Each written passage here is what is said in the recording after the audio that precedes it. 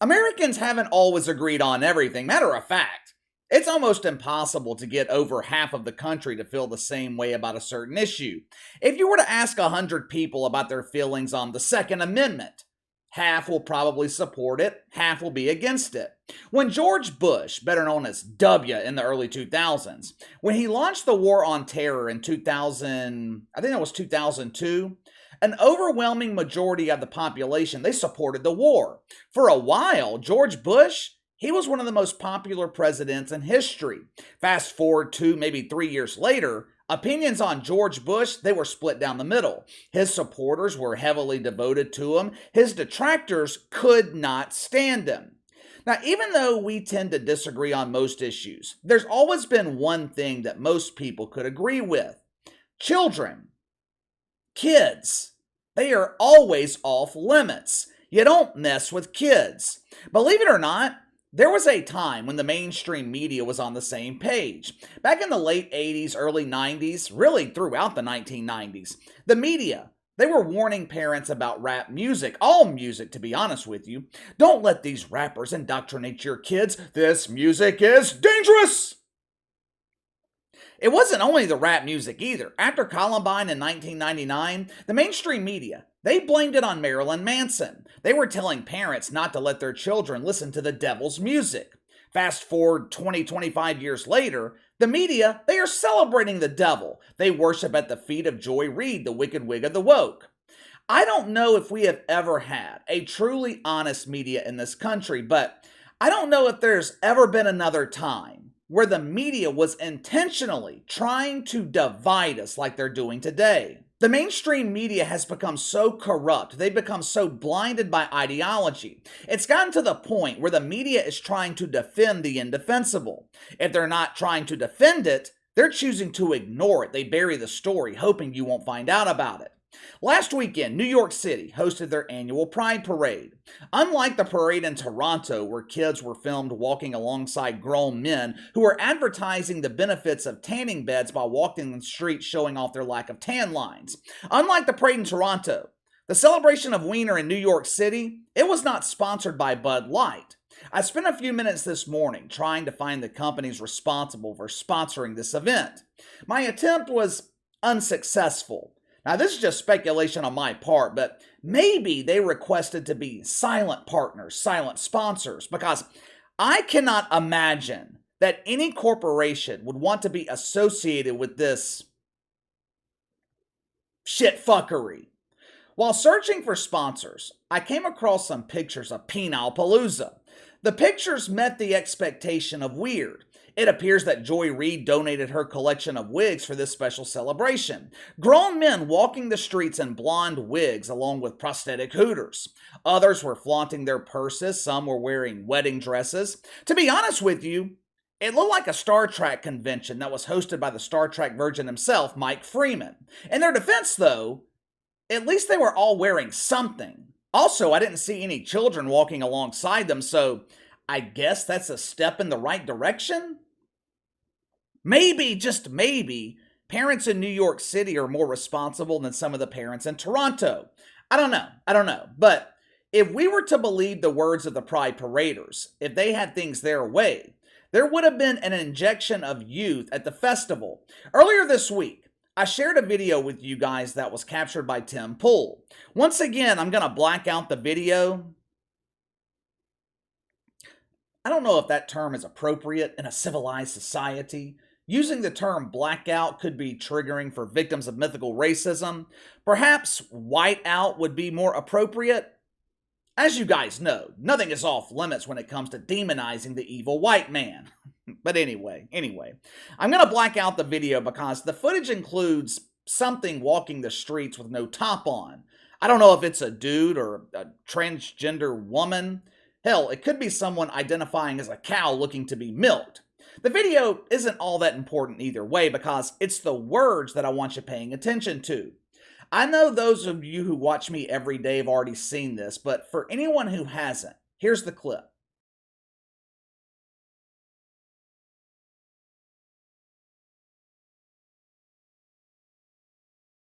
Could the message be any clearer?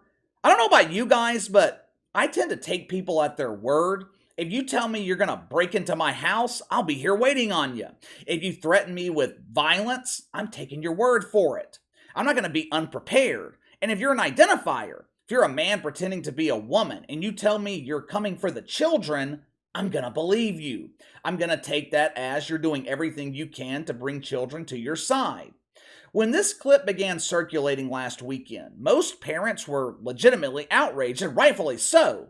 When you see men with cucumbers growing out of their foreheads screaming for the minds of your kids, that's a pretty good reason to be upset.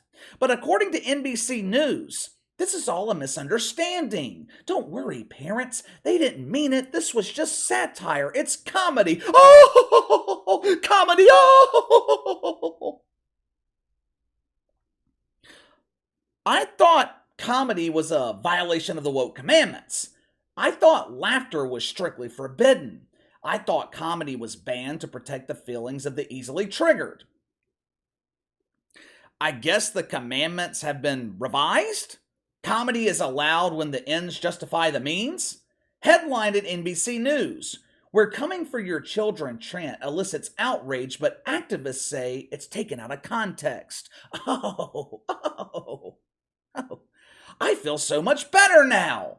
NBC was able to find an activist to ease our concerns. I mean, those activists, they're known to be so trustworthy. They are known to be objective. They're known to put logic and reason before their own ideology. I looked at the list of people I trust. Blue-haired Bob with the forehead knob didn't make the list. NBC News damn sure didn't make the list.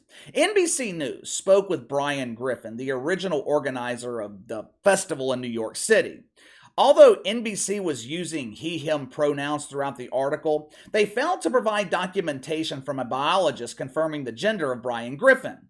It's entirely possible that NBC could be guilty of the crime of misgendering as well as dead naming. When NBC approached Mr. Griffin with the outrage from parents, he was incredibly confused. He didn't understand why parents were so upset. These parents are lucky that I was unable to attend the parade this year. I had a previously scheduled engagement with Dr. Tootie, but if Mr. Griffin was parading, the chance would have been far, far worse. Oh, well, that's refreshing. NBC asked Mr. Griffin the chance that he was talking about if he were going to be at the parade.